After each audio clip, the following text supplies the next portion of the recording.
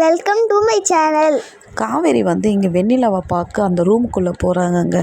ரூமுக்குள்ளே போகும்போது வெண்ணிலான்னு காவேரி சொல்லும் போது அப்படியே கண்ணை திறந்து பார்க்குறாங்க வெண்ணிலா, உன்னை நீயா உழலை, உன்னை பசுபதி தானே தள்ளிவிட்டான், அது எனக்கு நல்லா தெரியும் என்னும் போது, எப்படி வெண்ணிலா இருக்கிற, நீ ஒவ்வொரு நாளும் உயிர் பிழைக்கணும், நான் கடவுள்கிட்ட வேண்டின்னு இருந்தேன், நீ எப்படிம்மா இருக்கிற, நல்லா இருக்கிறல்ல, ஆனால் உனக்கு என் மேலே கோபம் இருக்கும்.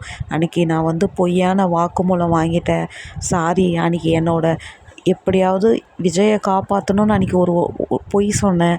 ஆனால் இன்றைக்கி நிஜமாகவே விஜயை ஜெயிலில் வச்சுட்டு இருக்கிறாங்க. நீ மட்டும் அங்கே சாட்சி சொன்னால் மட்டும்தான் விஜயை வெளியே விடுவாங்க வெண்ணிலா.